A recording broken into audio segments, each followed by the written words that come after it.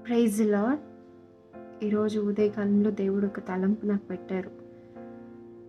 చాలామంది వాయిద్యాలు వాయిస్తారు కదా! పాటలు చక్కగా పాడతారు కదా! వారి విషయంలో దేవుని యొక్క ఉద్దేశం ఎంత ఉన్నతమైందో తెలుసా? అయితే దేవుని వాక్యం సెలవిస్తూ ఉంది. యెహోవా యుద్ధోపకరణములు మోయువారులారా మిమ్మును మీరు పరిశుద్ధపరచుకొనుడి. దేవుని యుద్ధోపకరణములు మోసే ఎవరైనా కూడా పరిశుద్ధంగా ఉండి ఆ కార్యాలు జరిగించాలని దేవుని యొక్క ఉద్దేశము.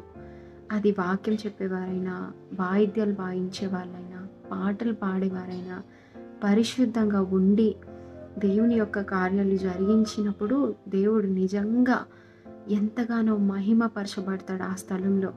అదేవిధంగా వారి యొక్క స్తుతిని బట్టి అనేక మంది యొక్క జీవితాల్లో నుంచి అనేక భయంకరమైన రోగాల నుంచి విడుదల దేవుడు అనుగ్రహిస్తాడు.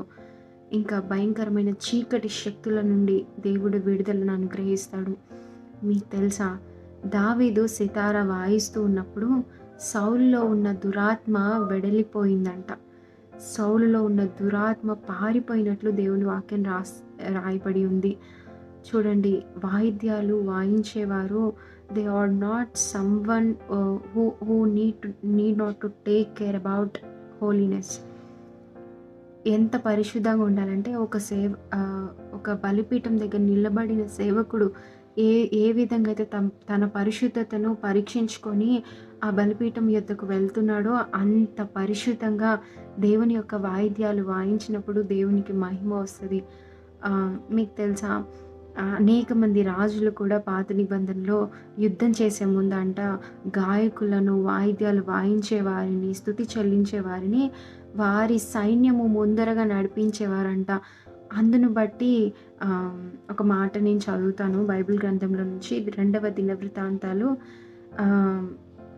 20వ అధ్యాయము 22వ వచనము. వారు పాడుటకును స్తుతించుటకును మొదలుపెట్టగా యెహోవా యూదా వారి మీదకు వచ్చిన అమ్మోనీయుల మీదను, మోయాబీయుల మీదను, శేయీరు మన్యవాసుల మీదను మాటుగాండ్రును పెట్టెను కనుక వారు హతులైరి. వాళ్ళు యుద్ధం ఏం చేయలేదండి, ఆయుధాలు ఏం వాడలేదు, వారి బలమునేం ఉపయోగించలేదు. వారు పాడుతూ స్తుతిస్తూ ఉన్నప్పుడు దేవుడు శత్రువులను హతము చేసినట్లుగా రాయబడి ఉంది. నేను అంటున్నాను, యెహోవా యుద్ధోపకరణములను మోసే ఆ ధన్యత దేవుడు ప్రతి ఒక్కరికి అనుగ్రహించాడు.